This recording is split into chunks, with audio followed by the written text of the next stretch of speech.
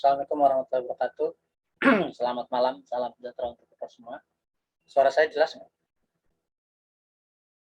Jelas, Kak. Cukup jelas. Soalnya beberapa daerah sedang hujan ya. Ya dimanapun berada, syukur kita masih bisa bertemu lagi nih untuk pembahasan materi UTBK berikutnya. Kalau dilihat dari hasil tesnya, untuk ini relatif ya, ada yang mungkin masih banyak yang masih kurang banget, ada yang udah lumayan atau yang tengah-tengah.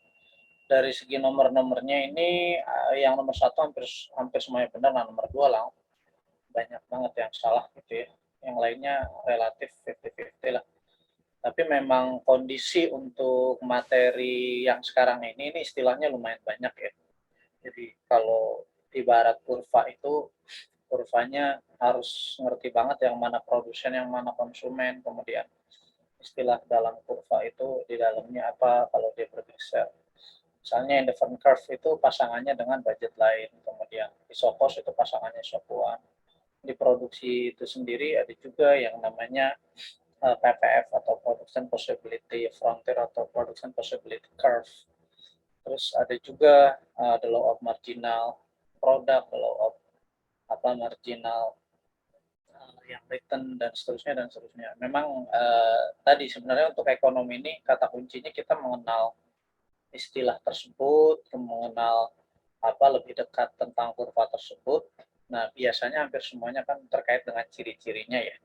Jadi untuk perilaku konsumen dan produsen, kita harus membedakan kalau konsumen itu kan mengkonsumsi barang, memakai barang. Sedangkan produsen memproduksi barang. Nah, ada faktornya. Kalau produsen itu kan faktor produksi, alam, tenaga kerja, modal, sama skill kan.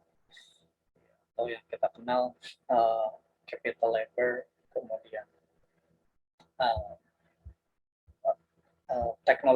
teknologi sama resources. Nah, kalau konsumen biasanya terkait dengan apa? Pendapat uang dia sendiri ya, dan preferensi dan lain sebagainya. Nah, kita akan coba bahas satu-satu tentang teorinya ya. Ini udah saya siapkan PPT-nya, lumayan lengkap. Tinggal nanti dipelajari lagi, latihan lagi yang banyak. Oke, yang pertama untuk perilaku konsumen dan produsen ya, kita akan mengenal yang namanya dua teori, grand teorinya ya. Yang pertama ada pendekatan kardinal, ada ordinal.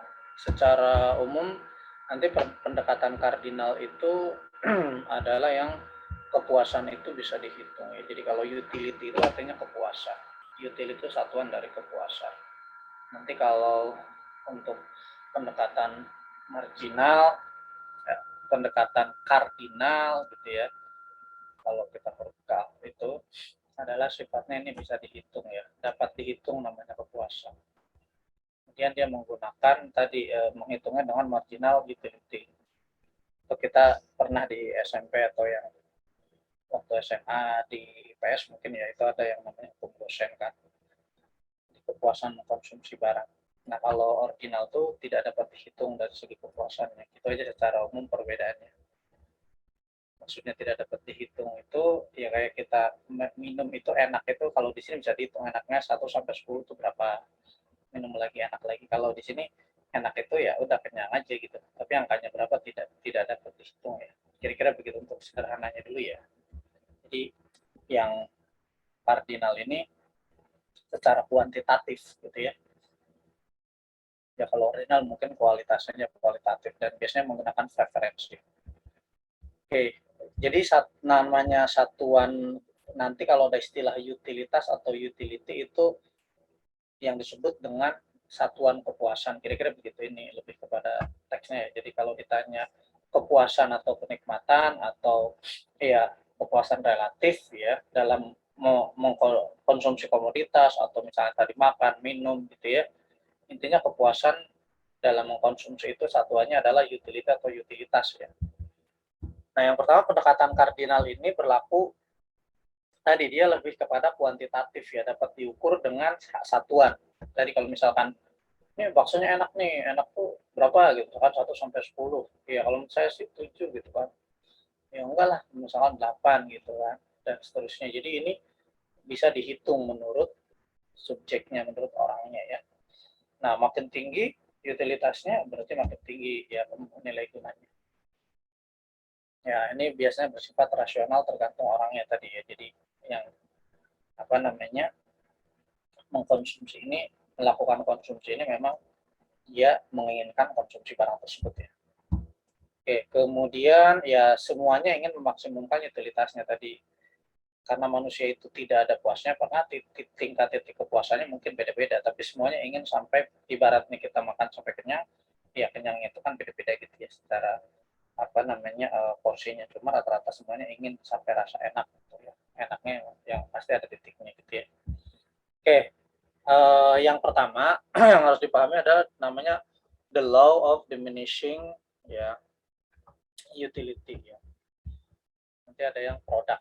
Nah, sekarang kalau misalnya begini kira-kira ya, kita kalau mengkonsumsi barang ya itu sebenarnya tadi yang sering contoh sederhana banget masalah minum, kita haus minum, kemudian itu terus menerus ya secara total utility-nya dia akan naik kemudian cenderung turun kan, tapi sebenarnya secara total utility-nya tapi secara marginalnya dia akan naik sedikit tapi langsung turun gitu, jadi marginal utility-nya ini tambahannya turun. Jadi nanti kurvanya lebih jelas seperti itu kira-kira sederhananya. Nanti kalau misalnya kita sudah puas banget, sebenarnya marginalnya itu nol ya, tambahannya nol. Jadi kalau kita sudah di titik enak, tambahannya enak, enak, enak. Kalau udah kenyang banget di kelas ketiga, itu biasanya marginal utility-nya itu sebenarnya sudah nol, udah nggak mungkin lagi nambah rasa enaknya. Kalau kita tambah biasanya minus. Minus itu ibaratnya kita enak dah, tambahin lagi mungkin muntah gitu. Kalau minum banyak-banyak kan kayak anak kecil kan, misalkan makan itu nah itu karena kebanyakan jadi muntah gitu. Saya kira dalam bentuk angka dalam bentuk kurvanya seperti ini ya. Jadi kalau pertama kali kita memulai tadi mengkonsumsi suatu barang, awalnya ini nol totalitas, nanti naik naik naik naik. Nah di titik ini sudah maksimum ya, kemudian dia akan cenderung turun. Setelah melebihi 8 dia cenderung turun.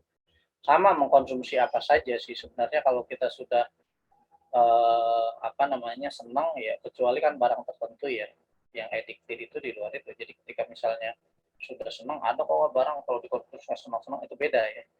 Jadi dia pasti sebenarnya ada titik jenuhnya, titik puncaknya di sini nanti akan turun. Kayak kita membeli barang ya udah bosen ya udah gitu. Misalnya kita senang banget makan sate gitu, sate apa gitu ya. Secara tusuknya udah sekian ya kita udah kenyang. Selanjutnya kita rasanya enaknya udah berkurang. Bahkan minggu berikutnya kalau udah agak bosan beda angkanya, bukan 8 lagi gitu ya. Oke, ini secara total utility-nya tadi ya. Jadi kalau misalnya ya utilitasnya kalau misalnya dia 0 ya dia tidak ada kepuasan kan. Kalau 1 misalkan 10 gitu ya utilitasnya. Kemudian naik di sini kan. Kalau misalnya dia konsumsi 2 ya anggaplah 2 gelas atau 2 satuan yang lain, 2 barang yang lain 18. Naik terus gitu ya sampai nanti di angka 5 nih. Angka 5 ini misalnya kita minum di gelas yang kelima atau makan gitu kan, misalnya nasi kucing tuh yang porsinya kecil di 5 bungkus itu kita udah enak, udah ada maksimum di sini.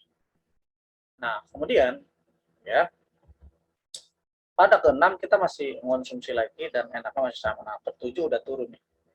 Jadi maksimumnya di angka berapa gitu kan?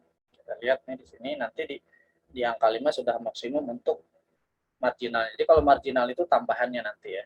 Kita mulainya dari sini, kemudian tuh naik lagi ya sampai terakhir itu nanti turun. Sehingga marginalnya jadi seperti ini ya. Marginalnya itu adalah selisihnya ya. Marginal utility itu selisihnya. Yang pertama pasti dari 0 ke 10 adalah 0 ya. Nanti dari 10 ke 18 kan 8 terus gitu ya. Jadi dia akan terus menurun gitu. Akan menurun ya ke 8 ya. Terus lagi sampai kira-kira semuanya jadi pada saat yang kepuasan tambahannya tadi sudah maksimum ya, kepuasan utilitas tadi di angka ya, di angka barang yang dikonsumsi adalah 5 ya, kemudian di yang tertingginya saat konsumsinya adalah 8, di 4 ya, ini 4 di 4, ini sudah 28, 4, kemudian saat tambahannya adalah 0, nah ini dia nih, di 6 ya, jadi saat marginal utility-nya sudah 6, nah di sini dia akan turun nih. Ya, tadi minus 2, kalau kita lanjutkan lagi, ini pasti makin turun, misalkan jadi 20, 5 gitu, nanti jadi minus 3, dan seterusnya gitu. Jadi kepuasannya akan menurun. Jadi intinya berlaku yang namanya utilitas marginal ya. Setiap ada kata marginal nanti di ekonomi menghitungnya adalah yang disebut dengan tambahan ya. Biasanya adalah delta dari totalnya ya, misalnya marginal cost, marginal revenue, nanti ada beberapa marginal yang lain. Marginal itu adalah tambahannya, jadi tambahan dari, kalau marginalitas tambahan kepuasan dari total utilitas. Oke ya, untuk ini jadi sampai di sini. Nanti turun semuanya. Jadi di angka marginal sama dengan 0. Sampai sini ada pertanyaan nggak? Atau ada yang mau di-sharingkan? Oke ya. Misalnya tidak ada, saya lanjut. Nah, jadi utilitas marginal itu semuanya akan menurun gitu. Ya, tambahannya itu akan menurun. Karena total utilitasnya sendiri awalnya naik, kemudian turun. Jadi di angka 0 lah akan menurun ya. Oke, jadi ini yang lebih sederhananya, nanti perilaku konsumen itu mengenal ada yang namanya dua teori ya tadi, teori kardinal sama teori nanti ordinal ya. Yang pertama untuk teori kardinal, kita mengenal ya yang namanya adalah marginal utility. Ya, kalau total utility-nya naik gitu, ini udah maksimum, maka marginal utility-nya saat apa? Ya saat total utility-nya itu udah mau turun kan, di sini marginal utility-nya saat 0 gitu. Itu sudah maksimum. Tambahannya udah 0, udah nggak ada tambahan lagi gitu. Di angka misalkan ini 240 gitu ya. Udah ada tambahan lagi. Kalau ini sih gambarnya ilustrasi aja ya, awalnya dia naik kebetulan bisa langsung turun. Kalau tadi kan tergantung angkanya, tapi intinya nanti pada saat dia 0 itu sudah maksimum. Oke, kepuasan total maksimum ya berlaku tadi saat marginal utility-nya sama dengan 0 ya. Artinya tidak ada lagi tambahan rasa enak ya, rasa maksimum saat 0 atau saat total utility-nya maksimum. Karena nanti dia akan turun. Ya. Nah, hubungan lainnya adalah konsumen terjadi ketika marginal produknya itu akan sama dengan harga barang. Nanti ini kaitannya dengan yang disebut dengan kurva ya, kurva yang selanjutnya yang different curve ya. Nanti ada kurva yang berikutnya. Jadi kalau misalnya dihubungkan dengan harga, bisa juga dengan yang namanya nanti ada kurva anggaran. Oke. Kardinal ya. Selanjutnya yang ordinal. Nah, yang ordinal ini dia tidak dapat dihitung gitu ya. Jadi biasanya dia menggunakan preferensi. Preferensi itu kira-kira begitu. Kalau marginal utility, sederhananya dia mengkonsumsi satu barang. Ini biasanya ya, jadi yang lebih mudah dia gunakan satu barang. Tapi kalau teori ordinal yang kurva indiferensi, ini yang lumayan sering banyak indiferensi ya, dia seringnya adalah menggunakan dua barang karena dia membandingkan ya, mengkonsumsi dua barang. Preferensi pilihan. Jadi dia seringnya menggunakan dua barang. Kalau misalnya satu barang, marginal utility gitu ya, untuk mengkonsumsinya. Karena kalau mengkonsumsi dua barang, dibandingkan barangnya beda kan, bukan apple to apple ya. Jadi tadi satu barang tapi dibandingkan dengan konsumen yang berbeda gitu ya. Nah, menunjukkan kepuasan mengkonsumsi barang dengan tingkat kepuasan yang sama. Jadi kira-kira begitu. Kalau misalnya kita mengkonsumsi barang Y dan X gitu ya, karena ada keterbatasan nanti di uang kita, di budget lain kita, maka kita akan melakukan pemilihan. Di ekonomi kan seperti itu. Jadi pasti ada yang namanya pemilihan, ada yang harus dikorbankan. Ketika kita mau membeli, anggaplah tadi makanan gitu kan, makanan gitu dengan minuman, itu pasti kita harus melakukan pemilihan. Kalau misalkan uang kita 100.000 lah misalnya. Ketika harga makanannya misalnya 20.000, kalau kita mau beli makanan semua dapat 5. Minumannya 10.000, kalau mau beli minuman semua misalnya gitu ya. Ya, sorry, bukan dapatnya ini, tingkat kepuasannya ya. Kalau dapatnya nanti dikaitkan dengan yang namanya budget lain. Jadi tingkat kepuasan mengkonsumsi barang ini gitu ya. Jadi akan ada dua. Artinya gini, ketika kita misalnya di sini puas gitu ya, kombinasinya adalah kira-kira makanannya misalnya 10 gitu ya. terus minumannya adalah 2. Ini kita senang, tapi senangnya tidak bisa dihitung ya. Kalau tadi kan bisa dihitung. Ini adalah enak. Tapi kita bisa melakukan kombinasi yang lain gitu. Misalnya di sini ya adalah misalnya 5 dengan misalkan 3. Jadi kalau kita membeli misalnya 5 pasang gitu kan, sepatu ini 3 pasang sendal bisa. Tapi kita tukar lagi nih, emang nggak mau turunin lagi misalkan ini jadi 3, misalkan ini jadi 5 gitu. Kombinasinya tidak harus sama ya, makanya tidak harus sama penjumlahannya. Ini ilustrasinya adalah ketika kita melakukan kombinasi itu sebenarnya untuk menambah satu kepuasan dari minuman atau makanan atau tadi misalnya membeli sendal dan sepatu, itu kita harus mengorbankan salah satunya. Itu ketika kita akan menaikkan di sini ya harus ngorbanin yang namanya minumannya. Kalau misalnya di sini di minumannya kita mau perbanyak jumlahnya, tentu dia akan mengorbankan makanannya. Nah, kalau misalnya semakin kanan gitu ya, semakin ke kanan, ini indifferent curve-nya ini yang di 2 ya. Misalnya ini indifferent curve yang ketiga ya. Di indifferent curve itu semakin ke kanan semakin puas. Konsekuensinya apa? Memang nanti lebih banyak, kuantitas kepuasannya akan lebih banyak, tetapi nanti uangnya harus lebih banyak dong. Nanti kan ketika kanan ini barang yang dibeli harus lebih banyak. Kira-kira begitu. Jadi indifferent curve itu kurva yang mengkombinasikan ya perilaku dari konsumen mengkonsumsi dua macam barang dengan tingkat kepuasan yang sama gitu ya. Jadi tidak mungkin kepuasannya itu bisa ditambah dua-duanya kalau misalnya pendapatannya tidak ditambah, kira-kira begitu. Jadi nanti harus ada penambahan pendapatannya. Makanya kurvanya boleh indifferent curve 1, indifferent curve 2, indifferent curve 3. Tapi misalkan kita indifferent curve-nya cuma 1, kalau kita mau menambah Y, ya ngurangi X. Menambah X, ngurangi Y, kira-kira begitu. Jadi untuk ciri-cirinya ya, dia menurun dari kiri bawah kanan atas, seperti kurva permintaan. Cembung dari titik origin. Di sini cembung, lihatnya ya. Kemudian tidak saling berpotongan. Nanti digabungkan dengan namanya budget line, dia bersinggungan, nempel, bukan perpotongan ya. Nanti ada istilahnya marginal rate substitution. Kalau di soal yang ada marginal rate substitution tadi, itu bukan kaitannya dengan budget line ya, dia kaitannya dengan indifferent curve. Itu yang kalau salah nomor 2, nomor berapa itu yang oh iya, saya mumpung baru ingat nih. Itu kalau misalnya ada soal, usahakan jangan ini ya, maksudnya Brandly itu bagus, tapi nggak semua jawaban brand itu benar karena dia kan pendapat orang ya. Jadi coba sambil belajar teorinya sambil juga praktek itu. Kadang-kadang ada berapa ya, bukan di sini aja, bukan di Gen saya lihat anak-anak sekarang gitu, kopas ke Brandly ketemu jawabannya gitu. Itu jangan langsung percaya karena tidak semuanya benar gitu ya. Maksudnya kadang-kadang memang pertanyaan sama tapi konsepnya berbeda, dia ada beberapa jawaban yang memang pendapat aja. Oke, jadi marginal rate substitution ini ya tadi, kalau misalkan untuk menambah satu barang unit X, ya dia akan terus mengorbankan dengan barang Y. Jadi ganti X dan Y ini marginal rate substitution ya. Jadi tadi seperti opportunity cost, maka kalau Y-nya dikorbankan untuk menambah satu barang X dan sebaliknya gitu. Jadi pengganti dari satu barang mau dinaikkan harus mengurangi barang yang lain. Ini namanya indifferent curve ya. Oke, kemudian budget line ya. Tadi kita ingat kalau ingin puasnya lebih banyak kan garis anggarannya akan geser, kurva indifferent curve-nya akan geser ke kanan. Nah, apa yang disebut dengan budget line? Kira-kira begini. Ini juga soalnya lumayan banyak di UTBK. Ini sederhananya menggambarkannya. Jadi kira-kira tadi ya, kita mau ya yang namanya membeli dua barang.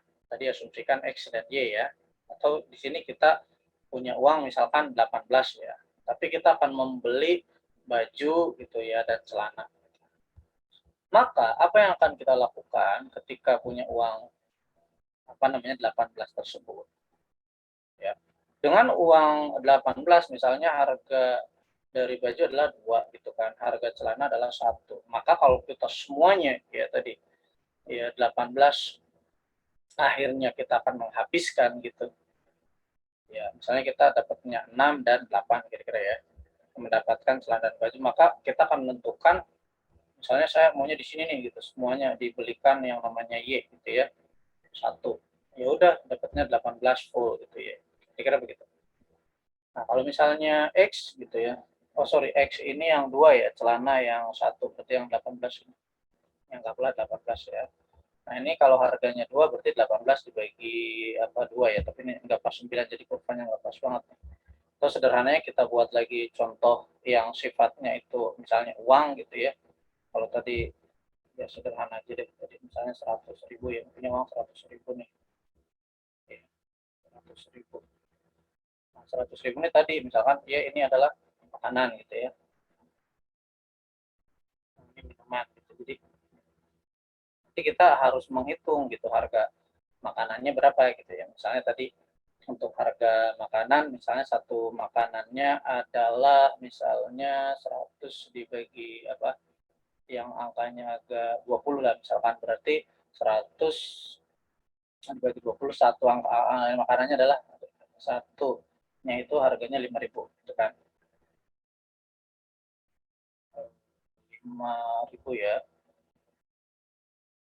Maka kalau 100 dibagi 5 kan 20 gitu. Jadi di sini misalnya 20 gitu ya.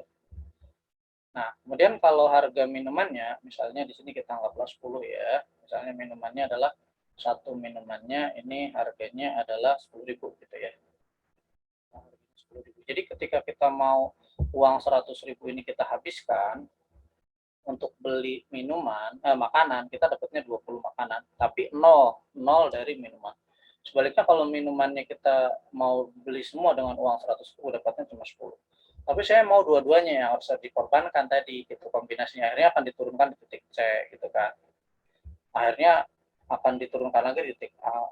Akhirnya akan turunkan lagi di titik B. Jadi kombinasi ini yang jelas ketika nanti uangnya hanya 100 gitu. Uangnya hanya 100. Nah, sekarang kalau saya mau beli makanan dan minumannya lebih banyak, ya misalnya tadi kombinasinya adalah 10 dan 14. Saya maunya makanannya juga banyak nih. Iya, uangnya tambahin gitu. Jadi budget lainnya nambahin gitu. Jadi ketika yang tadi kombinasinya di sini gitu ya, misalnya ini tadi anggaplah 8 gitu ya, 8 dengan 5, maka uangnya harus ditambahkan sehingga dapat sini. Akhirnya kan jadi banyak nih. Ya, posisinya jadi akan bergeser ke kanan. Misalnya ke kanan atas tuh boleh begini, ya tergantung kombinasinya nanti gitu ya. Boleh ke bawah, yang jelas nanti akan bertambah di sini. Ya boleh nanti Y-nya tetap gitu. Nah, yang jelas dia akan ke sebelah kanan, kuantitasnya akan bertambah jika pendapatannya meningkat. Berarti konsekuensi logisnya kalau uangnya sedikit, ini uangnya dulu ya, berarti gesernya ke kiri. Jadi kalau pendapatannya naik geser kanan, kalau pendapatannya kurang geser kiri. Mirip banget dengan kurva permintaan, kan kurva permintaan seperti itu. Kalau uangnya banyak, permintaannya geser kanan. Ya, tapi ini terkait dengan unit barang, jumlah barang yang didapat. Sekarang yang kedua adalah dari harga barang itu sendiri. Ya. Oke, kalau harga barang Y-nya gitu ya, misalkan harga barang Y-nya ini adalah tetap, tetapi ya harga barang tetap tadi adalah 5.000 ya. Tetapi ya ini kita ambilnya ini kurva di sini satu. Harga barang X-nya ini naik gitu ya, price dari barang X-nya ini naik. Kalau price dari barang X-nya naik, maka gesernya ke kiri. Kenapa? Kuantitas barang yang dihasilkannya akan lebih sedikit gitu. Jadi ini ke kiri. Jadi nanti Q-nya itu akan lebih sedikit yang didapat kalau harga barangnya naik. Tadi kalau misalnya tadinya 10.000 nih, sekarang naik jadi misalnya 20.000, ya otomatis barang yang didapat lebih sedikit gitu. Dia akan geser ke sini. Tapi asumsinya adalah Y-nya tetap. Nah, sebaliknya kalau misalnya harga barangnya lebih murah gitu. Jadi kalau misalnya price dari barang ya, price dari barang Y ini adalah turun, ya konsekuensi logisnya adalah jumlah barang yang dihasilkannya akan lebih banyak gitu ya. Ini kalau misalnya yang ini bacanya kalau dari sini boleh, dari mana aja boleh, yang penting kiri kanannya kita ngerti ya. Jadi kalau misalnya ini ke sini ke kanan boleh. Nah, pokoknya ini ke kiri nggak masalah. Nah, jadi konsekuensinya X-nya itu akan lebih meningkat. Bagaimana kalau misalnya dua-duanya turun? Ya, kalau dua-duanya turun dengan persen yang sama, sama seperti budget lain ini, gitu. Jadi misalnya dua-duanya harganya turun 10%, gesernya ke kiri persis, ke kanan. Kalau harganya turun kan jumlah barang dihasilkan naik. Tapi kalau harganya naik ke kiri persis. Nah, kalau misalnya persentasenya beda, ya tentu akan rotasi ya gitu. Ada semacam perbedaan ya, gradiennya berbeda gitu. Jadi kalau sama persis kenaikannya atau turunnya. Kalau yang satu naik satu turun, ya gampang. Kalau misalnya satu naik satu turun, kalau Y-nya naik, naiknya berapa persen gitu kan. Misalkan Y-nya naik tadi 10%. Ya kalau naik 10% berarti ke bawah ya. barang X-nya adalah turun berarti ke kanan. Jadi harga barang mempengaruhi dari kuantitas barang yang didapatkan. Uang atau pendapatan ya mempengaruhi dari kuantitas. Jadi dua faktor ini yang mempengaruhi yang disebut dengan budget line gitu ya. Jadi kalau mau dapat banyak ya uangnya banyak, atau kalau mau dapat banyak harganya jadi turun gitu, kira-kira ya. Untuk budget line ada pertanyaan? Clear ya, karena ini anggaran ya, anggaran budget line. Oke, lanjut. Nah, kapan diadakan keseimbangan konsumen? Pernah saya sharingkan di pertemuan berikutnya bahwa ada 3 istilah di UTBK yang keluar. Ada keseimbangan pasar, itu saat harga price ya, atau equilibrium price itu saat demand sama dengan supply gitu ya. Jadi ada harga keseimbangan pasar yang seperti ini kan, yang berpotongan ini namanya. Jadi harga keseimbangan pasar itu equilibrium price itu saat supply berpotongan dengan demand, ini namanya harga keseimbangan pasar ya, atau harga pasar saat demand ya bertemu dengan supply. Jadi kurva permintaan berpotongan dengan kurva penawaran, itu namanya harga keseimbangan pasar. Kalau keseimbangan konsumen ya saat yang namanya indifferent curve bersinggungan, dia tidak berpotongan ya, ini di IC2. Jadi bersinggungan dengan yang namanya budget line. Jadi ketika kita punya keinginan gitu ya, kita punya keinginannya kombinasinya misalkan di titik A, tadi barang X-nya adalah 8, barang Y-nya 5, dan kita juga punya uang yang pas banget di titik A ini gitu. Karena kalau di sini uangnya lebih sedikit nih pasti, ataupun kalau uang sedikit kombinasinya jadi tidak pas. Di sini uangnya akan lebih banyak. Nah, di sini di kurva indifferent curve yang kedua inilah, jadi saat kira-kira begini kalau lebih sederhananya ya. Ini kita punya uang nih. Nah, uang kita itu pas banget dengan keinginannya, bisa ya di sini ya. Jadi di titik inilah atau di titik mana saja yang saat bersinggungan ya. Jadi bersinggungan bukan berpotongan. Jadi kata-katanya bersinggungan, nempel ya, bersinggungan. Jadi saat indifferent curve bersinggungan dengan budget line, BL dengan IC gitu, indifferent curve. Nah, ini yang disebut dengan maksimum, atau yang disebut dengan kita puas banget lah, atau kita senang banget uangnya segitu, ya kita dapatnya juga kombinasinya pas gitu. Nah, ada beberapa kurva istilah yang lain ya. Yang pertama ada yang namanya ICC ya. Income Consumption Curve adalah kurva yang menghubungkan titik-titik keseimbangan konsumen. Jadi kalau titik-titik keseimbangan konsumen satu ini kan dihubungkan terus, ini jadi yang namanya ICC ya, Income Consumption Curve. Kemudian ya ada yang namanya PCC ya. Kalau PCC ini adalah kurva yang menghubungkan titik konsumen kalau harganya berubah. Jadi kalau harganya berubah ada kurva lagi, ini kan berubah tuh, bisa naik bisa turun, itu namanya PCC. Nanti ada yang diturunkan sehingga menjadi kurva permintaan kan. Oke, lanjut. Selanjutnya ada lagi kurva angle ya. Ini kurva angle ini terkait dengan yang namanya pendapatan dan juga barang yang dikonsumsi gitu ya. Oke. Kurva yang menunjukkan korelasi tingkat pendapatan jumlah barang yang dikonsumsi. Ya sederhananya kurva angle itu mirip dengan kurva yang namanya penawaran. Jadi kalau uangnya banyak, dia mobilnya banyak kan. Ya kalau secara sederhana. Tapi kan ada yang ketika pendapatannya banyak, permintaannya tuh sedikit kan, yang disebut dengan inferior ya. Jadi kalau inferior ini ya kebalikannya gitu. Tapi ini kita berpikir adalah yang superior atau barang normal atau barang pokok. Intinya bukan inferior ya. Kalau inferior itu kan nanti berkebalikan. Jadi kurva angle ini pendapatannya bertambah, maka ini konsumsinya akan bertambah. Sederhana aja tadi. Jadi misalkan uang dia naik nih dari 100.000, tadi dia punya uang lagi nih hari ini 150.000, maka menurut kurva angle ini ya pasti gitu kuantitasnya, kalau 100.000 dia misalkan kombinasinya dapat 10, kombinasinya misalkan jadi 12 gitu ya, untuk barang yang sama ataupun yang beda, kan artinya dia akan bertambah gitu ya dari kurva ICC tadi ya, itu diturunkan dari kurva ICC. Oke, ini faktor-faktor yang mempengaruhi konsumsi ya. Yang pertama kalau eksternal pasti pendapatan, penghasilan, motivasi, sikap kepribadian, selera, ini kalau di ekonomi udah jelas. Maka di ekonomi ini disebut ceteris paribus, bersifat tetap. Artinya kalau tidak ceteris paribus tidak berlaku hukum permintaan kan. Sedangkan kalau misalnya faktor internalnya tadi apa namanya, kebudayaan, status sosial, sama harga ya. Ini kebalik nih, eksternal sama internal. Ini kan pertukaran ini yang internal, sorry. Ini yang eksternal ya, pertukar secara ketik. Oke, selanjutnya ya, bentuk perilakunya tadi ya. Kalau yang rasional biasanya tergantung dari nalar kita ya, produk tersebut menggunakan manfaat atau tidak gitu, dibutuhkan atau tidak gitu ya. Tapi hati-hati, tidak semua orang tuh membeli barang tuh rasional, ya kan? Mutunya terjamin. Ya kalau irasional tuh membeli tanpa dengan produk, ya nggak masalah juga kalau dia banyak duit kan, bahasanya begitu. Tapi kita tentu ingin yang rasional ya, tertarik karena iklannya, karena apa namanya, mereknya terkenal gitu kan, atau karena didobral atau pamer atau gengsi ya, macam-macam lah. Jadi irasional itu juga bisa dilakukan. Oke, sekarang kita ke produksi ya.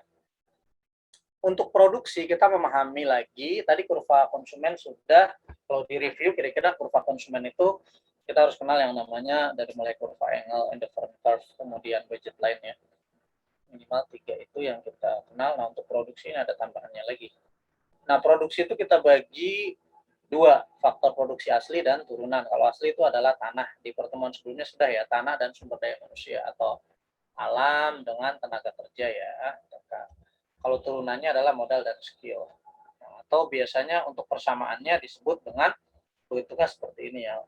Kuantitas barang yang dihasilkan berupa fungsinya adalah C ini adalah capital, labor, resources, sama teknologi ya. Teknologi bisa disebut juga dengan skill. Ini perdagangan-perdagangan sudah ya di pertemuan sebelumnya. Yang mancing di laut itu namanya agraris. Kalau mancing di mancing di laut ekstraktif. Kalau mancing di apa namanya empang tuh agraris ya. Kan pernah di UTBK begitu pertanyaannya. Oke, sekarang ini terkait dengan total produk gitu ya, dengan marginal produk, average produk. Jadi semua yang marginal itu sebenarnya ternyata mau kita konsumen atau produsen sama. Karena ketika ada yang ditambah, biasanya dia juga akan terjadi penurunan. Ini misalnya untuk di titik ini ya. Jadi pertama total produknya sama, seperti tadi total itu tadi akan naik, kemudian di titik ini maksimum di titik C. Nah, average produknya dia akan cenderung naik, kemudian agak stabil ya, karena dibaginya. Nah, tapi yang marginalnya dia naik, kemudian akan turun sama di marginal produk sama dengan nol lah dia maksimum di sini kan. Di marginal produk ini yang saat nol, maka kalau tadi kan marginal utility, ini marginal produk nol, dia yang terjadi disebut dengan maksimum. Nah, ini yang the law of diminishing return itu nanti akan sama the law of diminishing marginal product gitu. Jadi yang dari David Ricardo. Jadi kalau satu input ya atau faktor produksi gitu, ini kan ada faktor produksi gitu, input faktor produksi yang satunya tetap, satu ditambah tambah terus, itu sebenarnya nanti pada titik kesekian ya itu terjadi yang namanya marginal produknya nol, dia akan turun, atau total produk juga sebenarnya nanti akan turun, tidak naik terus gitu. Ini ada 3 istilah ya yang akan kita ambil. Yang pertama adalah kalau misalnya salah satu input ya, ini kan antara input dan output. Input berarti faktor produksi ya. Nah, misalnya ada namanya constant return to scale. Jadi di perusahaan di apa namanya produsen, dia akan bisa melakukan 3 kemungkinan ini ya. Ada faktor produksi tadi, kalau faktor produksi itu bisa tenaga kerja, modal, atau mesin gitu, atau teknologi. Nah, kalau faktor produksinya semua ditingkatkan itu 100%, maka menghasilkan tambahan 100% itu disebut konstan ya. Jadi apa namanya, inputnya naik gitu 100%. Ternyata hasilnya outputnya naiknya 100%. Nah, kalau increasing return to scale ini ya, atau economic scale, jadi ini yang paling bagus lah ya. Jadi kalau misalnya inputnya dinaikkan 100% tadi ya, inputnya dinaikkan nih 100%, tapi ya outputnya bisa naik misalnya 2 kali lipatnya lah, itu udah bagus banget. Iya, misalnya naiknya 200%. Yang disebut economic scale ya.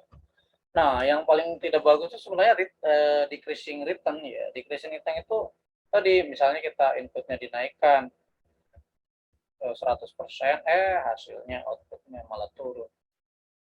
Ya, kenaikannya enggak nyampe 100%, malah kurang dari 100%, 75%. Jadi kalau misalnya dibuat kurva kira-kira seperti ini ya.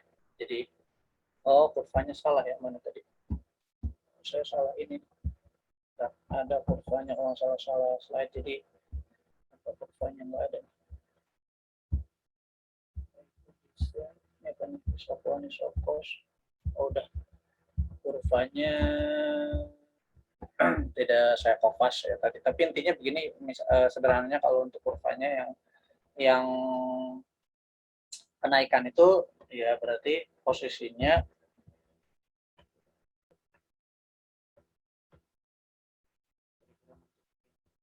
kalau dia naik gitu kan, nanti dia akan naik sama dengan persentasenya. Ada yang apa namanya berbeda ya, ada yang turun berarti ada yang naik, ada yang sama persis. Ini untuk istilahnya. Nah, sekarang ada lagi satu lagi di kurva produksi ya. Kita ada yang namanya istilah PPF ya, atau biasanya di beberapa soal itu namanya PPC ya, Production Possibility Curve atau Production Possibility Frontier. Kalau tadi kan kita mengkonsumsi barang nih, sekarang kita membuat barang yang sederhananya bahannya sama gitu ya. Misalkan ini kita mau buat pakaian dan sepatu gitu ya. Ada kombinasi pakaian dan sepatu ini, misalnya kita punya kain gitu ya. Ada yang sepatunya kan ada bahan yang dari kain tuh. Kita berproduksi punya mesin gitu ya. Misalnya kita punya kainnya adalah 100 kg gitu.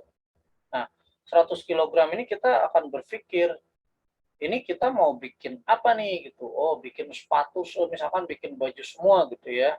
Ya ternyata dapat 15, bahkan 15.000 lah gitu ya.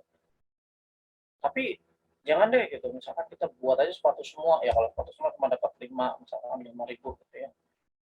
Nah, tapi saya mau kombinasinya nih dua-duanya, ya mau nggak mau harus diturunin salah satunya gitu. Jadi akhirnya dikombinasinya, ya udah turunkan gitu. Nah, nanti ini baru dapat satu, dan seterusnya. Nah, misalnya di sini deh 50-50 misalnya, ini akhirnya dapat 9, ini akhirnya dapat 3 gitu ya. Jadi selalu di ekonomi ya, ketika ada dua pilihan itu baik produsen atau konsumen pasti akan mengorbankan yang salah satunya karena keterbatasan dari sumber daya itu sendiri.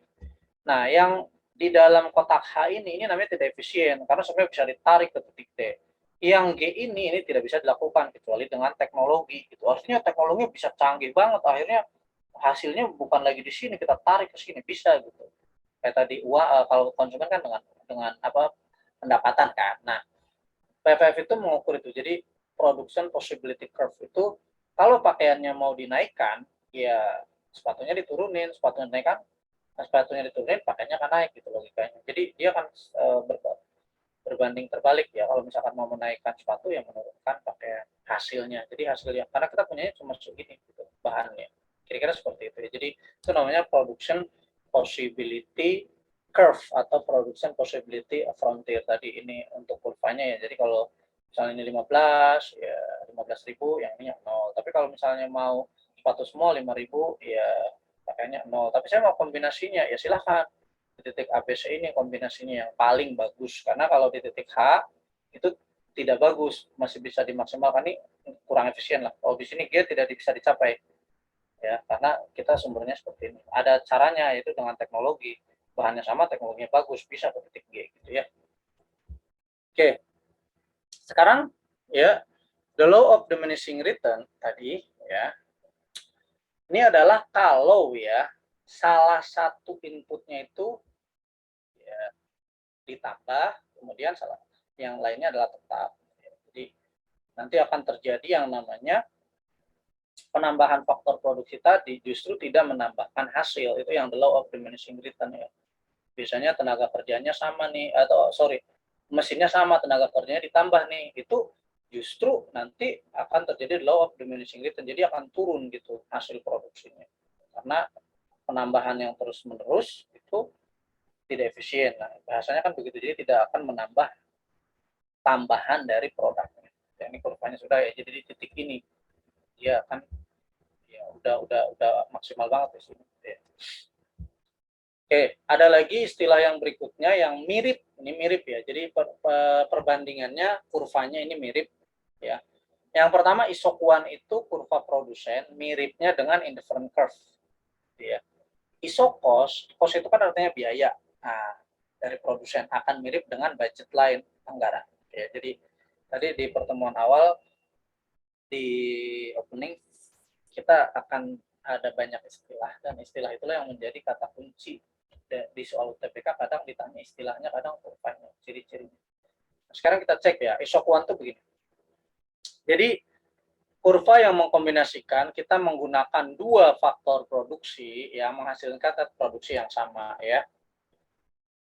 Oke, contoh, ini ada labor, tenaga kerja, ini ada modal. Jadi kalau misalnya kita mengkombinasikan, ya saya semuanya mau anggaplah pakai tenaga kerja semua misalnya di titik ini ya. Itu isokuan itu hasilnya sama ya. Jadi hasilnya sama. Jadi outputnya itu akan sama. Ini kata kuncinya, isokuan itu hasilnya sama. Maksudnya sama, misalnya dapatnya 100 unit. Tapi akhirnya kita ya udah deh diganti beli mesin aja gitu. Modal tuh misalkan kita asumsikan mesin, di akuntansi kan kalau kita membeli mesin tapi menyerahkan mesin di awal periode bisa jadi modal ya. Nah, mesin semua ya sama, ujung-ujungnya dapatnya 100 unit. Ya udah deh, saya mau kombinasi, ada mesinnya tapi ada manusianya gitu. Dibuat kombinasi lagi, tapi hasilnya tetap sama gitu. Di titik C, A, dan B. Itu namanya isokuan. Nah, kalau misalnya hasilnya mau lebih banyak, tadi tambahin lagi ke sini, ya, tenaga kerjanya tambahin, mesinnya tambahin lagi secara unit. Jadi kurva ini mengkombinasikan faktor produksi ya, dua faktor produksi, misalnya tenaga kerja dan modal, dikombinasikan sedemikian rupa gitu ya, ujung-ujungnya itu hasil dari produknya sama jumlahnya ya, kuantitasnya. Sekarang kenapa itu bisa sama? Tadi karena kita ada kemungkinan besar keterbatasan biayanya, gitu ya. Nah, biayanya adalah isokos. Isokos kurva yang kombinasikan dengan penggunaan dua faktor produksi yang memerlukan biaya sama. Jadi kata kuncinya kalau ini hasilnya sama, kalau isokos biayanya sama. Tadi kalau indifferent curve, kepuasannya sama. Kalau budget lain, anggarannya sama. Nah, indifferent curve sama dengan isokuan, bentuk kurvanya. Hanya kalau isokuan, dua faktor produksi, kalau indifferent curve, dua barang yang dikonsumsi. Nah, isokos sama persis bentuknya dengan yang namanya budget lain gitu ya. Nah, kalau budget lain itu anggarannya sama, kalau isokos biayanya sama. Maksudnya biaya sama gimana, Kak? Nah, gini, tadi kan kita punya uang gitu kan. Misalkan kita punya uang adalah 200 juta. Dengan uang 200 juta ini kita akan melakukan pemilihan gitu. Apakah kita akan membayar semua tenaga kerja? Ya kalau di titik ini akhirnya kita misalkan 200 juta ini akan, ya anggaplah satu orang 1 juta gitu, kita dapat misalnya 200 tenaga kerja yang akan kita bayar ya, dalam satu proyek gitu. Aduh, kalau kita punya 200 juta tenaga kerja semua nih dapatnya 200 orang. Ya udah, kita belinya mesin aja gitu. Ya, kalau misalkan mesin semua di sini. Akhirnya misalnya mesinnya dapatnya adalah 2 misalnya. Karena satu mesin harganya misalnya 100 juta. Nah, tapi ada yang berpikir lagi kalau semuanya mesin nggak bagus juga gitu. Kalau semuanya orang juga nggak bagus juga. Udah dikombinasikan aja. Maka ketika dikombinasikan di sini, ya itu biayanya sama gitu.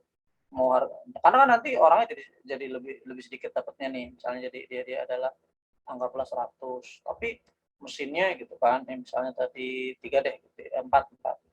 Misalnya akhirnya di sini 1 gitu, di sini dapat 2, di sini 3. Jadi ketika kita membuat kombinasi untuk menurunkan tenaga kerja, ya mau tidak mau tadi akan menaikkan mesin, atau untuk menaikkan tenaga kerja kita harus ngorbanin mesin yang kita punya, dikurangi pembeliannya dan seterusnya.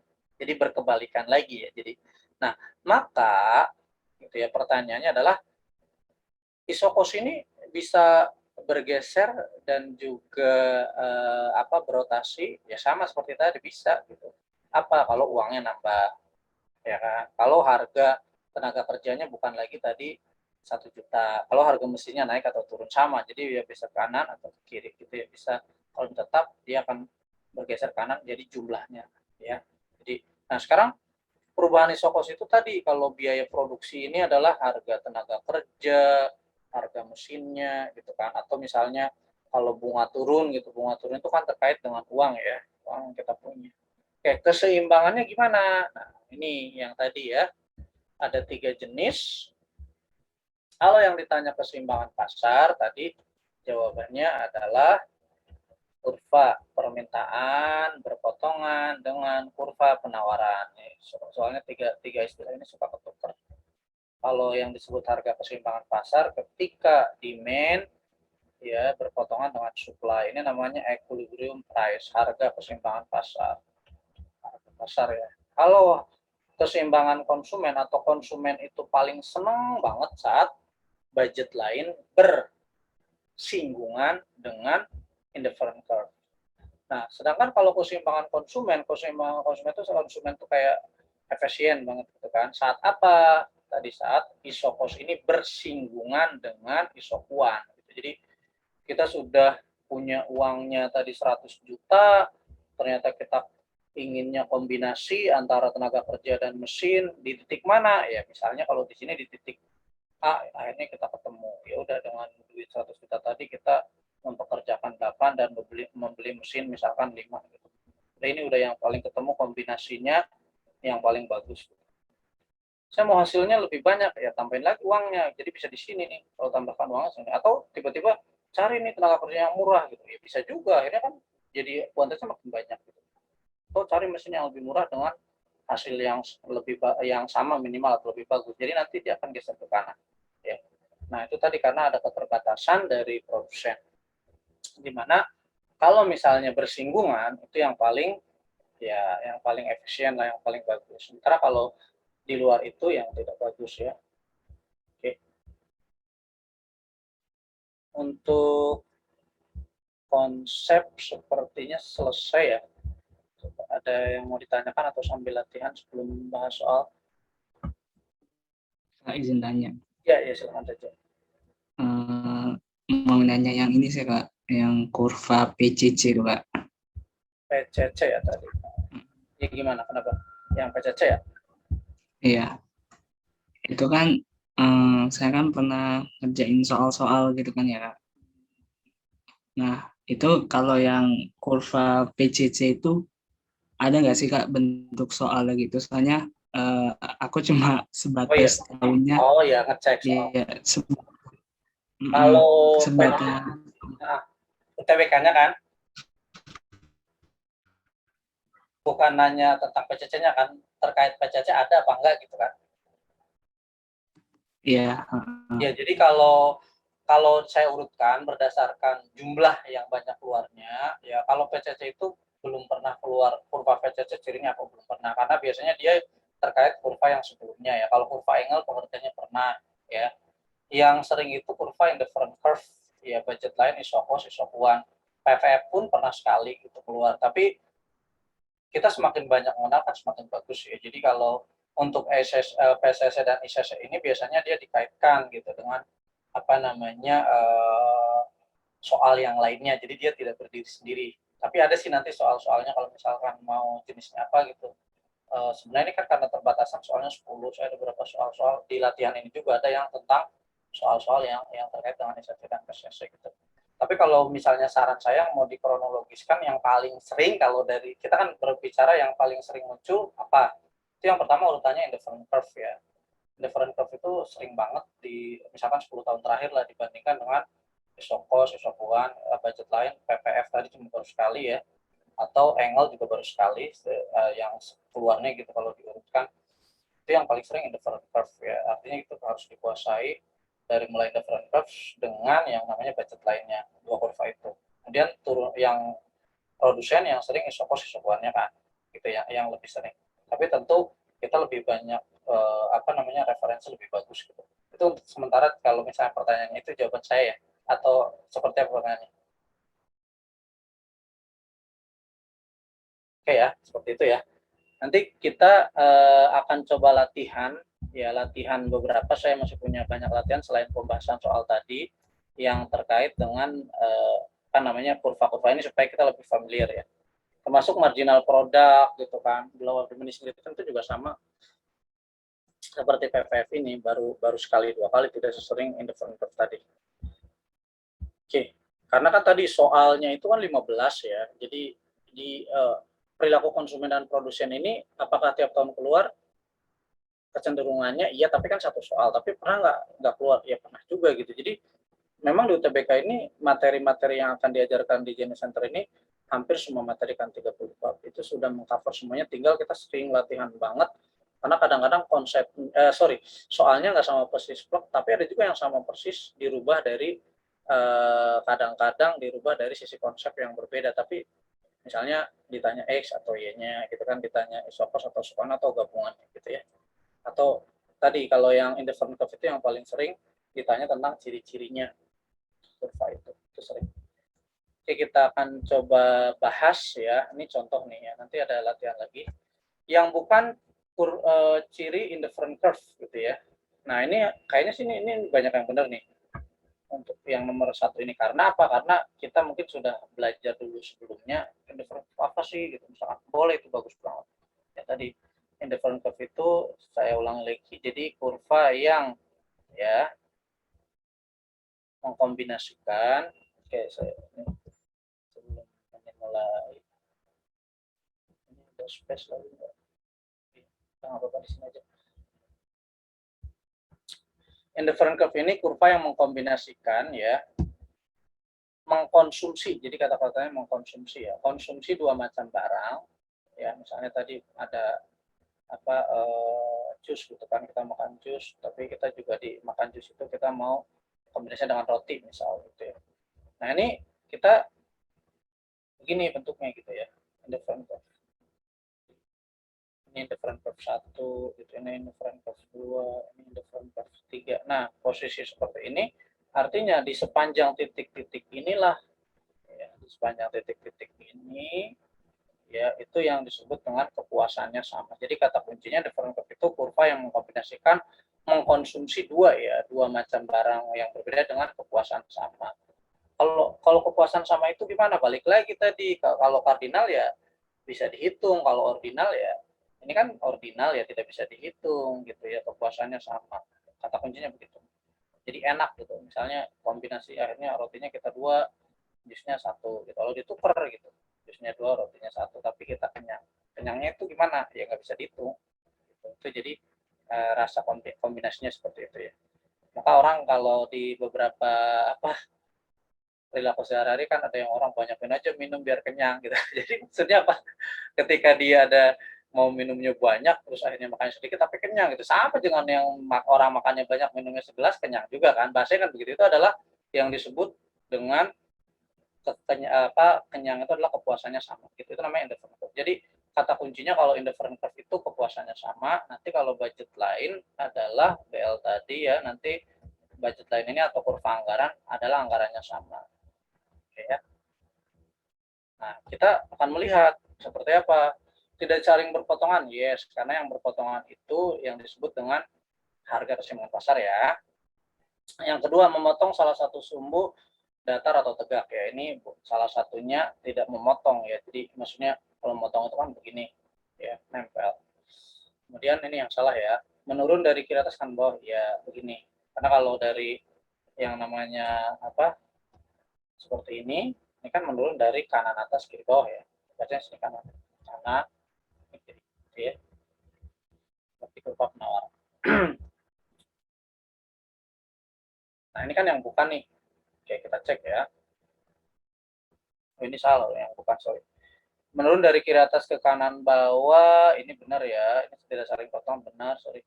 Cembung titik origin, benar. Kurva di atasnya, betul ya. Jadi kurva di atasnya, ini kurva yang ini kepuasannya lebih besar. Jadi kalau tadi di sini, kalau kita buat angka, gitu, tentu di sini angkanya akan lebih besar. Kira-kira seperti itu. Jadi ini yang bukan, berarti kalau yang bukan, memotong salah satu sumbu datar, ya, itu yang salah ya. Karena yang lainnya benar, tidak saling berpotongan, benar. Ya kalau yang tadi berpotongan adalah kurva dari harga keseimbangan pasar. Oke. Tadi yang ini secara umum benar ya. Untuk Evelyn tadi benar ini benar ya? Benar, Kak. Berarti ya, oke ya. Kita lanjutkan ya. Oke, nah ini nih, ini lumayan banyak yang salah nih. Coba kalau Teja tadi benar nggak Teja? Benar. Nah, gimana analisanya Teja dulu biar share teman-teman. Nanti akan saya coba share lagi. Kurva anggaran tuh gimana? Tadi sih sebenarnya aku bingung B sama C sih Kak. Iya, nggak Tapi apa-apa. aku jawab C itu soalnya eh, apa namanya, kan tadi kan ini ya, lihat sumbu X sama sumbu Y-nya. Tuh. Terus dia bilang kemiringan garis anggaran, yaitu budget line. Jadi aku kira nanti jawabannya ada ngomong-ngomong tentang pendapatan gitu Kak, tapi Oh gitu. nggak ada pendapatan, terus akhirnya harga. Jadi aku mikir ya udah mungkin harga. Iya Jadi betul. C deh. Betul ya. Makasih ya, betul analisanya karena tadi belum, untuk Teja dan yang lainnya wajar banget, namanya belum tahu teorinya. Sekarang kan udah tahu. Jadi kurva anggaran ini tadi kita ya untuk membeli makanan dan minuman, tadi misalnya kita kombinasi deh kopi gitu kan dan snack gitu kan, makanan. Ya, jadi kalau misalnya kita punya ya uangnya adalah misalnya tadi 50.000, tentu kita anggaran uang 50.000 kita harus berpikir gitu ya. Nanti kalau kita beliin kopi semua untuk teman-teman kita gitu kan, ngopi ya cuma dapat misalkan 4 orang gitu kan, 4 gelas. Tapi kalau makanan semua misalnya berapa, dapatnya 5. Nah tentu kita dengan duit 50.000 ini harus ada yang dikorbankan. Kalau sambil ngopi ada snacknya gitu kan, nggak mungkin ngopi semua tapi nggak ada snack, atau snack doang ada kopinya misalkan gitu ya, atau apa misalkan minuman yang lainnya teh gitu ya. Nah, ini semua tadi ya, sebenarnya tadi banyak yang terjebak di tingkat substitusi marginal ya. Ini kejebak dulu deh. Atau banyak tadi ya yang saya bilang di apa Brandly. Ini kejebak nih, jawabannya banyakan ini. Bukan ya. Kalau yang A itu persentase perubahan jumlah permintaan akibat persentase perubahan harga, ini namanya elastisitas ya. Ini adalah elastisitas dari harga. Nah, elastisitas harga itu ya perubahan harganya gitu kan. Itu bukan jadi satu harga akan mempengaruhi harga yang lain kan, begitu elastisitasnya. Jadi persentase perubahan delta Q ya akibat persentase perubahan delta P. Ini tidak ngomongin harga kopi dan tehnya naik atau harga snacknya naik kemudian apa dapatnya berapa, bukan gitu. Jadi mungkin kejebaknya di situ ya. Jadi ini bukan ngomongin tentang elastisitasnya. Beda ya. Kalau ngomongin elastisitasnya itu kita beli kopi, harga kopi naik, akhirnya dapat apa namanya dengan bukan dengan uang berapa, tapi intinya harga kopi naik. Maka elastisitasnya permintaannya akan naik atau turun gitu, nambah atau ngurang dari segi permintaannya ya. Jadi permintaannya ini bukan. Oke. Kemudian elastisitas permintaan suatu barang. Tadi ini D dan E ini udah sama ya. Maksudnya babi yang berbeda dan tidak bisa berkaitan langsung. Nah, kemudian elastisitas silang dua barang. Nah, tadi elastisitas dua barang ini bukan kalau kopi dengan teh jelas itu elastisitasnya adalah yang disebut elastisitas barang pengganti ya. Tapi ini bukan juga elastisitas komplementer, ada kopi dengan gula, bukan. Jadi ini adalah kita mengkonsumsi dua barang, jadi bukan lagi permintaannya sudah kita mengkonsumsi, tapi uang kita ini terbatas. Maka yang membuat ya kemiringannya ini, garis anggaran ini ada dua sebenarnya tadi, betul. Ya, yang pertama adalah kalau misalnya dari segi pendapatan itu menggeser ya. Kalau pendapatan itu bergeser. Jadi ini akan bergeser. Bergeser kemana? Ya pendapatannya naik atau turun gitu.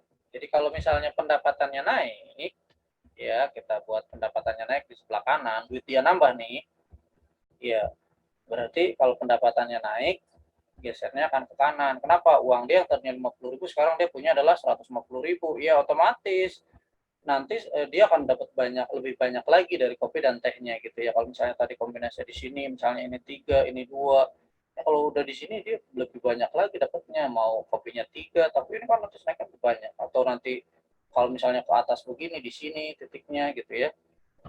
Nah, tapi kalau pendapatannya turun ya otomatis duit dia lebih sedikit, kurvanya jadi di sini gitu. Akhirnya kalau pendapatannya turun ya dia lebih sedikit lagi dapat kuantitasnya ya.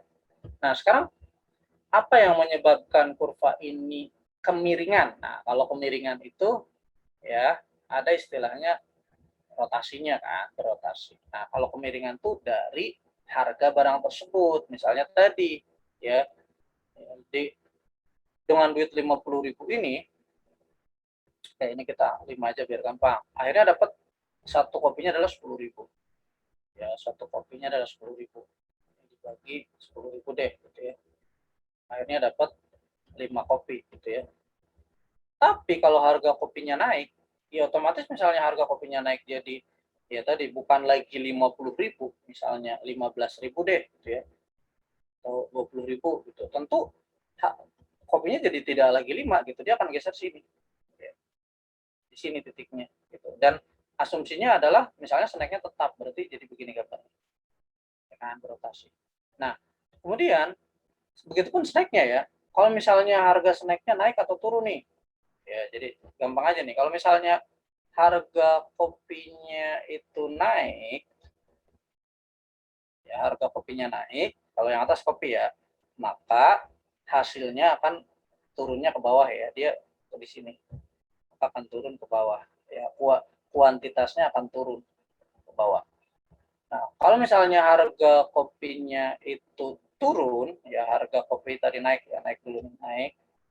Tadi kuantitasnya ke bawah ya. Kuantitas barang yang dihasilkannya lebih sedikit. Tapi kalau harga kopinya itu ya misalnya ya harga kopinya itu adalah turun, maka kuantitas yang dihasilkannya akan lebih banyak, dia akan ke atas. Nah, kalau dua-duanya naik atau dua-duanya turun, tinggal dilihat persentasenya yang naik atau turun. Nanti kalau misalnya dia ini ada yang turun tapi ada yang naik, bisa jadi begini gitu kan, dan seterusnya. Itu di UTBK ada, di latihan ada, nanti saya tulis, maksudnya yang dua-duanya naik atau dua-duanya turun, pintar di latihan ya. Jadi ada soal UTBK yang apa yang terjadi gitu kalau misalnya gesernya ke kiri. Bisa nggak geser ke kiri ini selain pendapatannya turun? Bisa. Kira-kira apa kalau misalnya kasus di yang hitam ini? Kalau bukan pendapatannya turun, harganya naik atau harganya turun, dua-duanya atau salah satu di sini, di yang garis apa namanya hitam ini, di 3 dan 2. Kira-kira kasusnya apa? Harga kopi atau tehnya naik atau turun? Dua-duanya naik, Kak. Hah? Naiknya persentasenya sama atau beda? Kurang tahu, Kak. Nah, nih kalau persis banget ya, gradiennya lurusnya sama, itu persentasenya sama. Jadi harga kopinya naik nih, harga kopinya naik, misalkan ya anggapnya naiknya 20%. Itu akan sama persis dengan yang namanya harga snacknya juga sama gitu kan. Harga snacknya itu akan naik gitu ya, akan naik, harga snacknya sama 20%. Itu gesernya di sini. Karena kalau misalnya harga kopinya naiknya bukan 20%, misalkan 10%, dia agak miring gitu kan. Hasilnya akan tidak sama persis seperti ini, ceritanya sama persis nih, lurus gitu kan. Nanti bisa dari begini gitu. Jadi nanti si kopi ini hasilnya akan lebih sedikit karena kenaikannya berbeda dengan yang snack gitu ya. Jadi ini anggaplah sama kenaikannya kalau misalkan lurusnya. Karena tadi UTBK itu ada beberapa kemungkinan ya. Maka kalau secara persentase, kalau mau lurusnya sama, persis plek, tapi seperti ini, nah kenaikannya itu harus sama persentasenya. Itu yang keluar di UTBK dan nanti ada di latihan bawah ya. Oke, clear ya nomor 2. Cukup, lanjut nomor 3. Nah, ini udah jelas tadi sih dijelaskan ya, maksudnya apa? Tidak ada pertanyaan. Nadia benar nggak tadi Nadia? Iya benar Kak. Oke, kalau yang A tadi apa tuh jawaban? Kalau saya tanya A itu kurva apa namanya? Atau jawabannya apa kalau misalnya pilih A itu? Kurva permintaan berpotongan, namanya apa? Tadi sudah ya, apa namanya? Keseimbangan. Ya, keseimbangan pasar ya.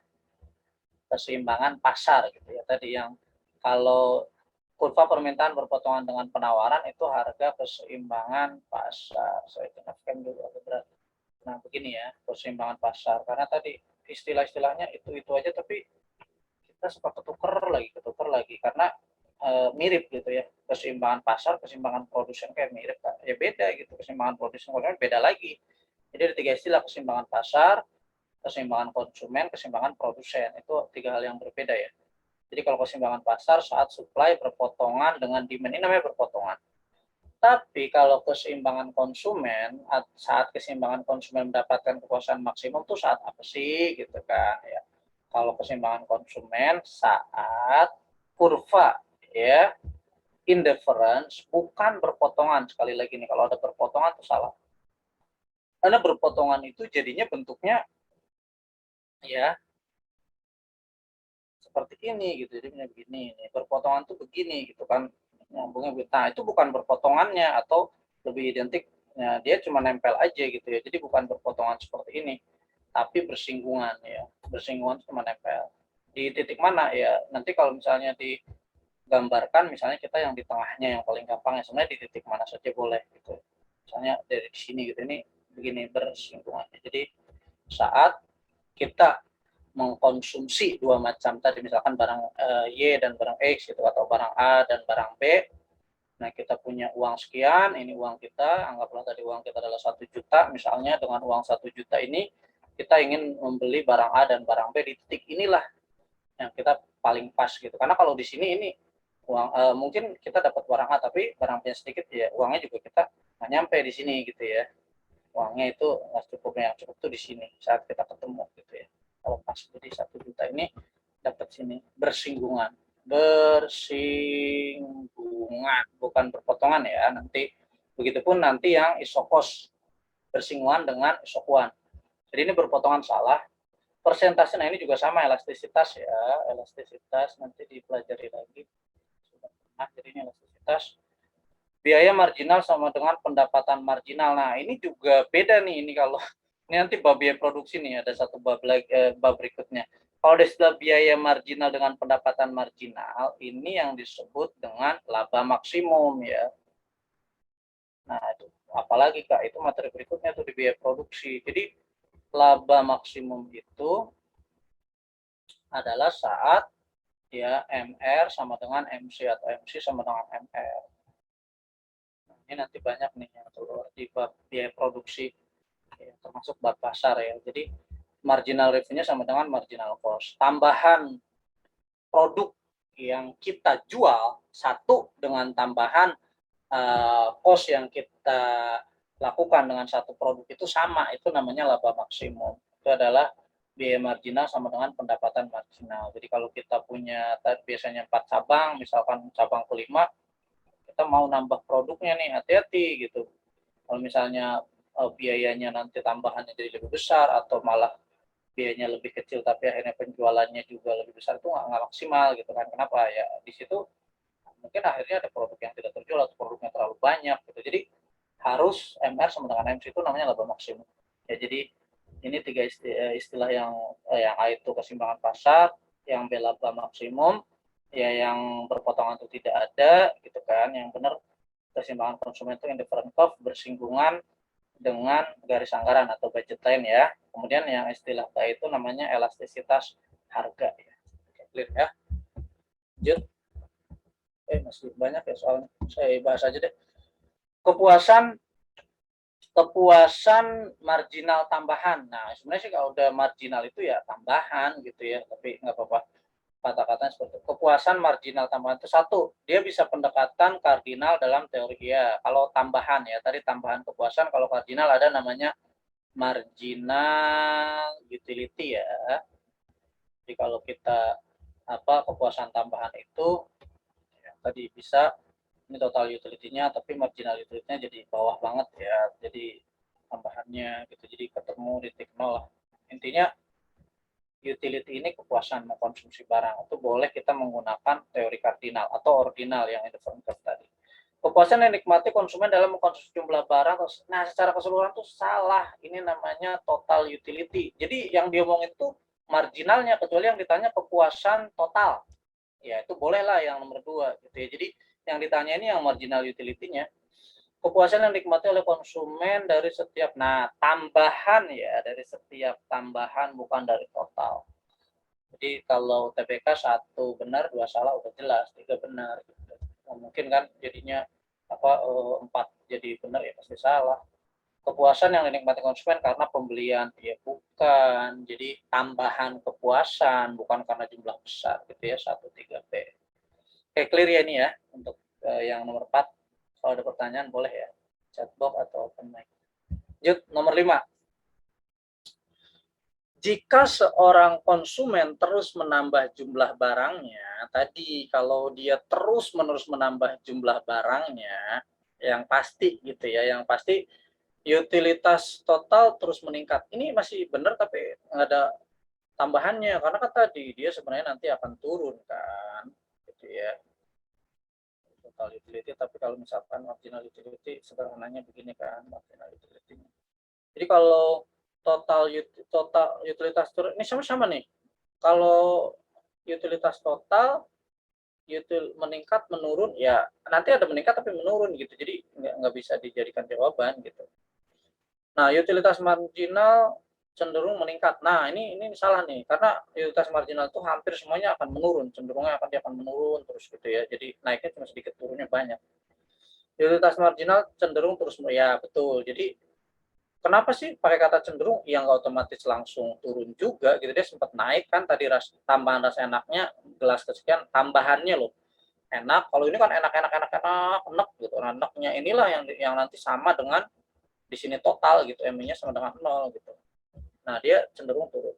Utilitas rata-rata ya nggak ada utilitas rata-rata ya, karena tadi kalau diangkakan kalau produk bisa gitu kan, total kepuasan dibagi unitnya. Kalau ini kan utilitas rata-rata istilahnya tidak ada di kepuasannya, karena kalau diangkakan kecuali produk ya. Jawabannya utilitas cenderung menurun, dan kalau mau maksimum ya saat marginal utilitasnya sama dengan 0 ya. Clear, ini udah tadi dibahas juga. Lanjut. Nah, ini sumbu vertikal dan horizontal total utility. Nah, ini juga banyak kejebak nih. Total utility sumbu vertikalnya apa gitu ya. Ya, sumbu vertikalnya ya util itu ya util.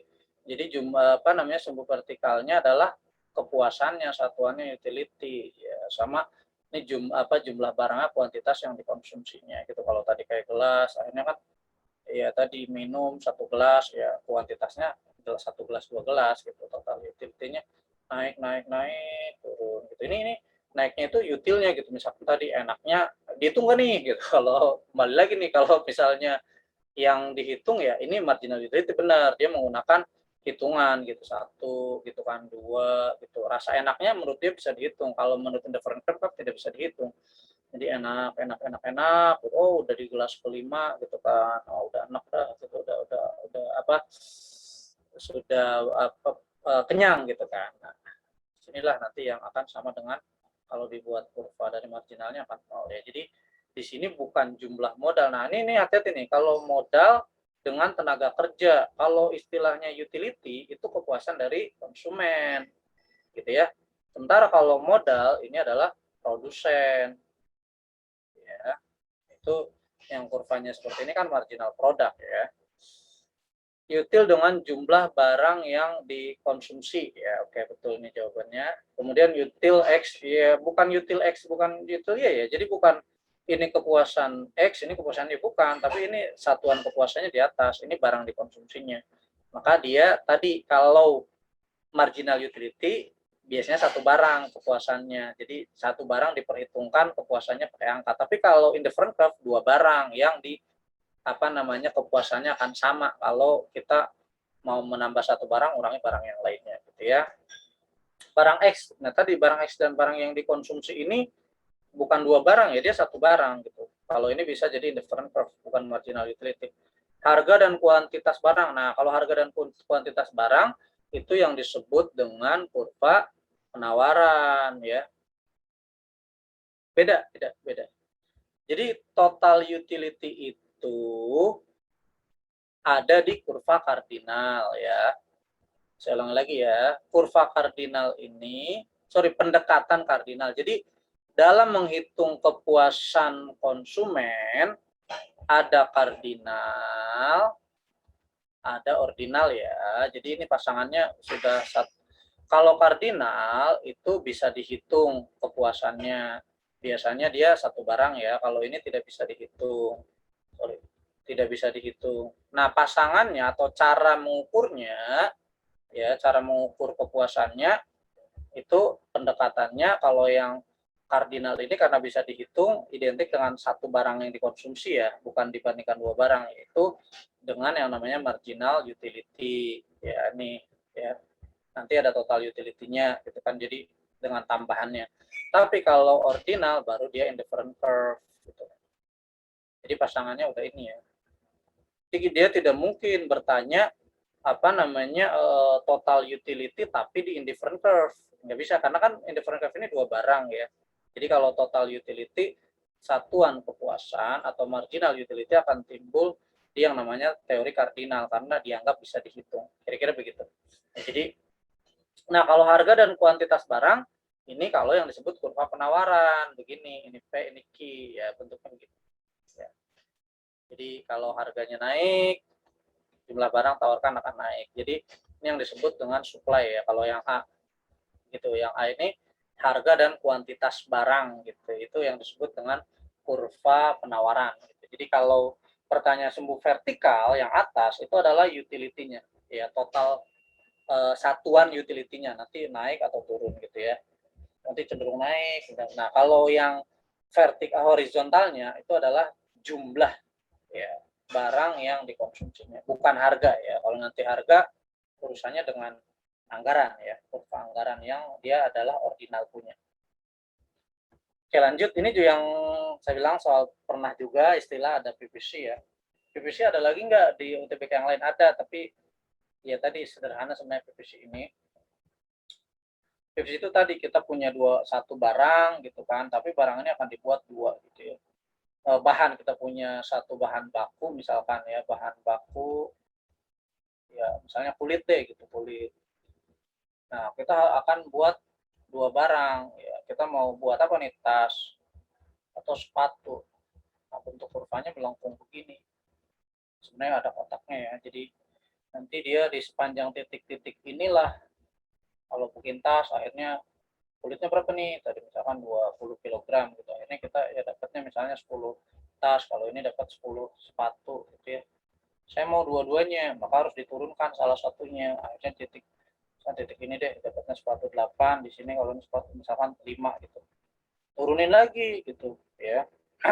Dan seterusnya ya, akhirnya turun ini juga bisa nambah gitu. Jadi ini namanya PPF ya, Production Possibility Curve. Ini adalah kurva yang mengkombinasikan ya, memproduksi dua macam barang ya, dengan bahannya yang sama terbatas, atau bukan bahan yang sama juga boleh, intinya dia memproduksi dua barang yang ada kaitannya gitu. Jadi nanti dikombinasikan yang mana yang terbaik ya sepanjang titik-titik ini. Kalau di sini tidak bisa di atas, bisa dengan teknologi, kalau sini bisa tapi nggak efisien karena bisa ditarik ke sini gitu kira-kira.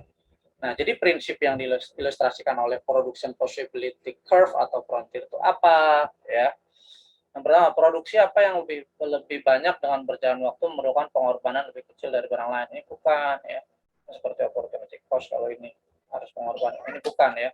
Jika seluruh sumber daya yang diproduksi, sumber daya itu artinya faktor produksi ya, baik tenaga kerja, modal, digunakan, maka semua ya, jadi maka suatu barang dapat diproduksi lebih banyak hanya jika ya tadi gitu. Jadi kita sudah punya pekerjaannya misalkan 10 orang gitu, mesinnya misalnya 2. Nah ini sudah semua dilakukan, modalnya ada, tapi kita tetap saja gitu. Ini untuk tasnya dapatnya cuma 10 kalau misalnya tidak memproduksi sepatu, atau sepatunya dapat 10 kalau tidak memproduksi tas. Tapi kalau memproduksi dua-duanya dengan tenaga kerja 10 misalkan mesinnya 2 gitu kan, ya tetap saja harus mengorbankan salah satunya karena di bahannya cuma segini gitu ya. Jadi akhirnya jadi 8 dan 5 misalnya. Jadi salah satunya harus dikorbankan. Tadi sebenarnya di ekonomi itu banyak banget yang disebut dengan pilihan gitu. Makanya ekonomi itu ilmu, banyak yang bilang ilmu memilihkan pilihan-pilihan. Ekonomi itu, laba ekonomi itu sampai dihitung di implisit gitu ya. Jadi akan terjadi pilihan-pilihan karena sumber dayanya terbatas ya. Suatu perekonomian secara otomatis menuju tingkat output menggunakan sumber ini. Bukan ya, bukan perekonomian. Kapasitas perekonomian menghasilkan produksi meningkat secara proporsional dengan kenaikan jumlah penduduk. Bukan berbagai kombinasi output yang maksimum dapat diproduksi dengan, nah ini bukan sumber daya yang minimum, sumber dayanya sudah ditentukan ya. Tapi nanti ini adalah menghasilkan yang disebut dengan kombinasi yang terbaik sepanjang titik-titik ini ya. Ya, oke, clear ya ini untuk yang namanya PVF ya. Oke, selanjutnya tadi kurva Engel menunjukkan hubungan antara permintaan dan pendapatan ya. Kalau dari segi teorinya kan ini yang keluar TPK kurva Engel itu seperti ini. Nanti banyak latihan lagi dengan eksisi dan presisi tadi ya kaitannya apa. Oke, lanjut. Nah ini kurva isokos menunjukkan kemampuan optimal bagi perusahaan untuk apa? Sekali lagi jenis kurvanya banyak Kak. Ya lumayan banyak. Jangan ketukar istilahnya. Isokos itu sama nggak dengan budget lain? Sama bentuk kurvanya. Begini. Tapi di dalamnya bukan barang yang diproduksi, faktor produksi. Bedakan ya, faktor produksi itu adalah yang disebut dengan pasar input ya. Pasar input. Nah, yang alam, tenaga kerja, modal dengan skill. Ini urusannya dengan yang disebut dengan isokos ya. Tapi kalau output ya, pasar output itu pasar barang dan jasa gitu ya. Barang dan jasa ini yang disebut dengan pasar output. Nah, inilah yang kaitannya nanti dibeli oleh konsumen yang timbul dengan namanya uang yang dipunya oleh konsumen sebesar berapa yang nanti kaitannya ini akan dengan kalau ke konsumen dengan budget lain. Jadi Sokos ini ngurusin kombinasi dua ini. Ya. Atau tadi capital, labor ya kan. Kemudian resources sama dengan teknologi gitu istilahnya nanti kalau ada capital labor sama. Kita punya uang gitu ya, punya isokos, punya biaya. Ya, biayanya misalkan tadi 100 juta. Nah, 100 juta ini gimana nih? Apakah kita tenaga kerja semua atau beli mesin semua gitu. Biasanya seperti itu. Jadi apakah padat modal atau padat karya? Kalau padat karya itu identik orangnya banyak. Bagus untuk perekonomian membantu, tapi kan permasalahan kita meng-hire orang beda dengan kita beli mesin kan. Permasalahan timbulnya akan beda. Nah, kalau kita beli mesin semua, wah itu efisien tapi tidak memberikan dukungan kepada masyarakat sekitar untuk memberikan tenaga kerja kan. Itu nanti permasalahannya sampai seperti itu. Jadi akhirnya apa? Ya misalnya diambil kombinasi gitu. Nah, akhirnya duit 100 juta itu kita beli mesin semua dapatnya misalkan 10 unit. Kalau tenaga kerja 100 juta misalkan akhirnya orangnya dapatnya adalah 50 orang gitu. Nah, akhirnya kuantitas orangnya diturunin deh kebanyakan 50 ya udah boleh di sini gitu. Misalnya jadi 40 tapi mesinnya juga akhirnya diturunin kan bukan 10 lagi karena misalkan mesinnya cuma dapat 2. Masih ini nih mesinnya masih kurang ya udah turunin lagi. Ini mesinnya beli 5 tapi tenaga kerja harus diturunin dong. Karena kan mesinnya naik gitu. Jadi, misalnya tenaga kerjanya jadi cuma 20 deh. Nah, sepanjang titik-titik ini ya, itu yang disebut dengan kemampuan optimal bagi isokos gitu ya. Nah, isokos bisa bergeser sama ke kanan kalau duitnya nambah gitu. Atau harga tenaga kerjanya ini makin murah, mesinnya makin murah, geser kanan bisa. Jadi untuk mengkonsumsi barang X dan Y, bukan mengkonsumsi ya. Kalau mengkonsumsi barang X dan Y ini itu adalah yang disebut mengkonsumsi barang X dan Y bisa indifferent cost. Tapi kepuasan ya. Menggunakan faktor produksi. Nah, ini tadi jadi 2 faktor produksi. Jadi kalau isokos itu kata kuncinya kurva yang mengkombinasikan dua faktor produksi dengan yang namanya cost, ingat costnya ya, biayanya sama.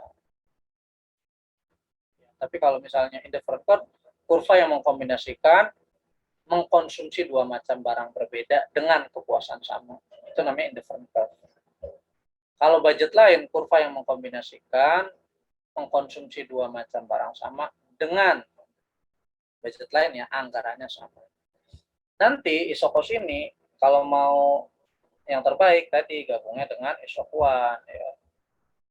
Nah, saat isokuan disinilah saat bersinggungan yang optimum. Jadi isokuan itu apa?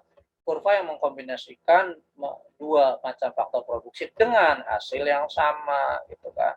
Maksudnya hasil yang sama gimana sih? Ya tadi mau orang semua atau mesin semua dapatnya cuma misalnya 100 unit. Ya di ini lagi dikombinasikan lagi dapatnya cuma segitu gitu kan. Nanti di perusahaan kan titiknya akan ketemu yang paling efisien. Jadi untuk menghasilkan produk barang X dan Y, bukan produknya nggak harus dua ya, tapi faktor produksinya yang dua. Memperoleh kepuasan total, ingat ya, kepuasan itu bukan dari isokos ya, tapi ini dari konsumen ya. Kepuasan total itu tadi marginal. Mendapatkan keuntungan, bukan keuntungan ya TR dikurangi TC. Clear ya? Jadi ini jawabannya isokos itu dua faktor produksi. Ini baru yang sederhananya nanti kita latihan. Waktunya habis ya, bisa ada latihan. Nah, ini dengan pengertian konstan return to scale ini ya, kalau konstan berarti sama ya, kenaikan output sebanding dengan input gitu aja. Jadi kita masukinnya 100, kenaikannya dapatnya 100 ya.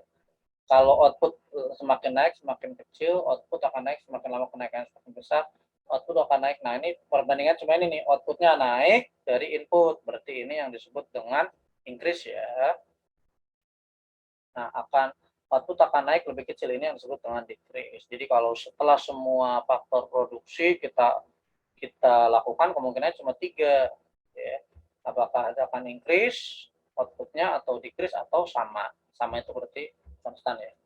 Saya kasih latihan live ya, maksudnya biar kita sharing. Kalau tadi kan masing-masing, sekarang bareng-bareng nih. Ada 2. Nah, ini apa nih tadi? Barusan Bang. Jawabannya apa? Kata kuncinya apa tadi? Ini bentuk soal UTBK-nya kayak gini ya. Kayak boleh di chatbox tadi. Jelas ya. Kata kuncinya di sini. Kunci di sini ya, mengkonsumsinya di sini. Ya udah, itu namanya indifferent curve. Kalau consumption curve nanti kurva konsumsi ya. Ini ada tersendiri. Sokos tadi kata kuncinya adalah kurva mengkonsumsi hasilnya, biaya ya, biaya. Jadi nanti cari yang biayanya sama. Isokuan hasil atau output sama. Jadi kata samanya akan keluar terus. Budget lain, anggaran sama. Kurva yang mengkonsumsi dua macam barang dengan anggaran sama, itu berarti namanya budget lain. Jadi ada 4 istilah sama, tapi dia 2 produsen, 2 konsumen ya. Isokos temennya isokuan, budget lain temennya adalah indifferent curve. Betul ya, Dek? Lanjut, coba. Jika kurva indiferensi berbentuk menurun dari kiri ke kanan bawah, itu maknanya apa? Ini bentuknya nih. Ya, begini. Ya, tadi kopi lagi nih, dingin-dingin kopi dah. Misalnya dengan singkong ya, kopi lawannya temennya singkong. Nah, ini kita paling enak nih ngopinya berapa teguk dengan singkongnya berapa potong gitu kan. Di sinilah kira-kira kenapa dia menurun kiri kanan itu kenapa gitu kan, bentuknya. Kan namanya berbanding terbalik kan.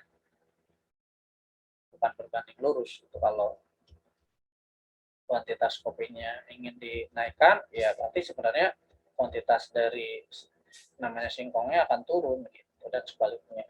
Jadi itu namanya apa kira-kira? Ya.